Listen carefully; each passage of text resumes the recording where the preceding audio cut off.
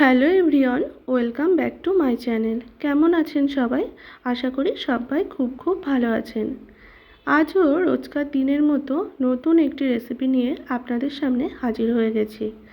আজ শেয়ার করতে চলেছি আলু পটল দিয়ে পনিরের সম্পূর্ণ নিরামিষ একটি ডালনা রেসিপি। চলুন তাহলে দেখে নেওয়া যাক। আশা করছি আপনাদের আজকের রেসিপি ভীষণ ভালো লাগবে।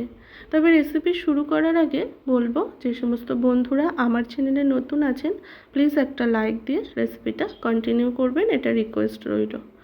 এই রেসিপি বানানোর জন্য প্রথমেই পনির নিয়েছি। পনিরগুলোকে ছোট ছোট টুকরো করে কেটে নিয়েছি। এরপর নিয়েছি হচ্ছে পটল। এখানে 7টা থেকে 8টা পটলকে আমি এইভাবে খোসাটা ছাড়িয়ে কিন্তু মাঝখান থেকে কেটে নিয়েছি। একটু খোসা রেখেছি কারণ পুরো খোসাটা ছাড়ালে কিন্তু পনিরটা যখন রান্না হবে তখন কিন্তু একদম নরম হয়ে যায়, তাই সামান্য সামান্য একটু খোসা রেখেছি। এরপর নিয়েছি হচ্ছে আলু, আর আলুগুলোকেও ঠিক পটলের মতোই সামঞ্জস্য রেখেই কেটে নিয়েছি। দেখুন এখানে 4টে মিডিয়াম সাইজের আলুকে এইরকম একটু বড় বড় করে কেটে নিয়েছি। এরপর রান্নাটা শুরু করব, তার জন্য গ্যাসে কড়াই বসিয়ে পরিমাণ মতো সর্ষের তেলকে গরম হতে দিয়েছি। তেলটা খুব ভালোভাবে গরম করে নিয়ে এর মধ্যে দিয়ে দিলাম হচ্ছে আগে থেকে কেটে রাখা আলুগুলো দিয়ে 2 থেকে 3 মিনিট মিডিয়াম আঁচে একটু লাল লাল করে ভেজে নেব। দেখুন এই রকম পর্যায়ে আমি আলুগুলোকে তুলে নিচ্ছি। এখানে আলুগুলো ভেজে নিলে আলুর টেস্টটা কিন্তু ভীষণ ভালো হয়, তাই জন্য কিন্তু আলুটা ভেজে নিলাম। তারপর ওই তেলের মধ্যেই আমি দিয়ে দিলাম সামান্য একটু লবণ।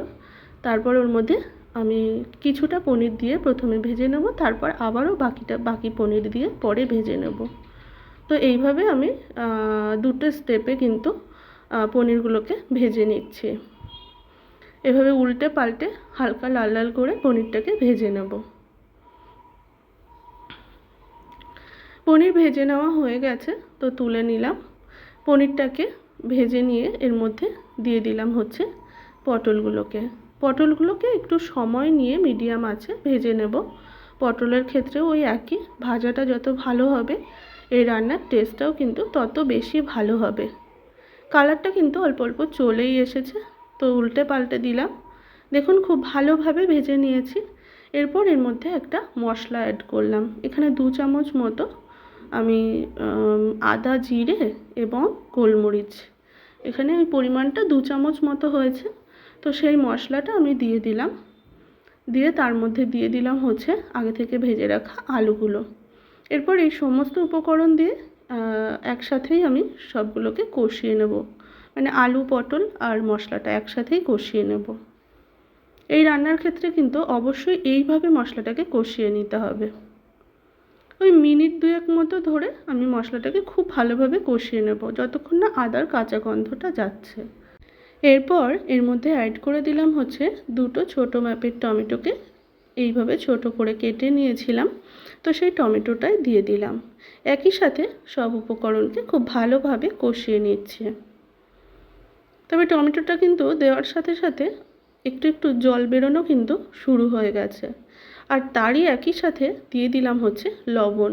আর লবণটা দেওয়ার সাথে সাথে জলটা আরও বেশি বেরিয়ে আসবে, এতে করে মশলাটাও কষাতে খুব ভালো হবে।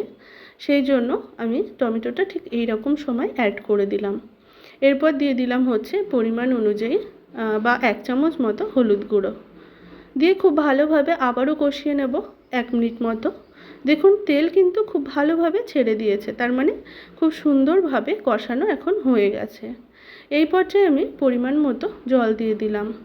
যেহেতু আলু পটল সবই সিদ্ধ হবে, তাই জলের পরিমাণটা সেই অনুযায়ী দেব। তবে আপনারা যদি খুব বেশি ঝোল না পছন্দ করেন কম করতে পারেন।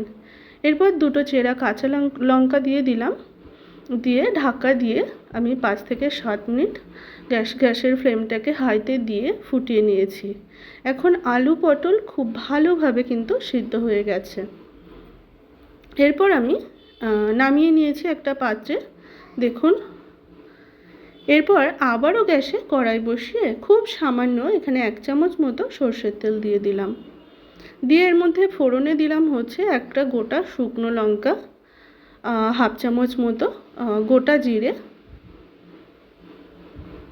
এরপর দিয়ে দিলাম হচ্ছে দারচিনি, এলাচ এবং লবঙ্গ। এলাচটাকে কিন্তু মাঝখান থেকে একটু ফাটিয়ে দিয়েছি। তারপর দিয়ে দিলাম দুটো তেজপাতা মাঝখান থেকে কেটে। ফোড়নটাকে অল্প আঁচে খুব সুন্দরভাবে ভেজে নেব যতক্ষণ না ফোড়ন থেকে একটা খুব সুন্দর গন্ধ বেরিয়ে আসছে। ফোড়নটা এখন খুব সুন্দরভাবে কিন্তু ভাজা হয়ে গেছে। এই পর্যায়ে আমি আগে থেকে যে আলু পটলের ঝোলটা রেডি করে রেখেছিলাম সেটাই দিয়ে দিলাম। দিয়ে এর মধ্যে পনিরটাকেও একই সাথে দিয়ে দিলাম। 2 থেকে 3 মিনিট গ্যাসের ফ্লেমটাকে হাইতে দিয়ে আমি এবার ফুটিয়ে নেব। আর সঙ্গে সঙ্গে একটা ঢাকনা দিয়ে দিলাম যাতে ফোড়নের স্মেলটা এর মধ্যে থেকে যায়। এইভাবে দুটো স্টেপে এই রান্নাটা করলে কিন্তু ভীষণ ভালো স্বাদ হয়, আর গন্ধ যেমন ভালো আসে ঠিক সেই রকমই খেতেও কিন্তু ভীষণ ভালো টেস্ট হয়। একদম সবশেষে এর মধ্যে অ্যাড করলাম হচ্ছে ছোটো চামচের 1 চামচ মতো চিনি। যেহেতু সম্পূর্ণ নিরামিষ একটি রেসিপি তাই সামান্য একটু চিনি অ্যাড করলে কিন্তু টেস্ট ভীষণ ভালো হয়। এরপর দিয়ে দিলাম হচ্ছে উপর থেকে একটু গরম মশলা গুঁড়ো। গরম মশলা গুঁড়োটা দিয়ে খুব ভালোভাবে একটু মিশিয়ে নেব, নাড়াচাড়া করে মিশিয়ে নেব। মেশানো হয়ে গেছে, আবারও 2 মিনিট স্ট্যান্ডিং টাইমে রেখে দিলাম। 2 মিনিট পর ঢাকাটা খুলে আমি এবার একটা পাত্রে নামিয়ে নিয়েছি। তৈরি হয়ে গেছে আমাদের আজকের রেসিপি আলু পটল দিয়ে সম্পূর্ণ নিরামিষ পনিরের ডালনা রেসিপি। আজকের রেসিপি আপনাদের কেমন লাগলো অবশ্যই জানাবেন। ভালো লাগলে লাইক, কমেন্ট, শেয়ার এবং আমার চ্যানেলে নতুন বন্ধু হয়ে থাকলে চ্যানেলটিকে সাবস্ক্রাইব করার অনুরোধ রইল। ধন্যবাদ।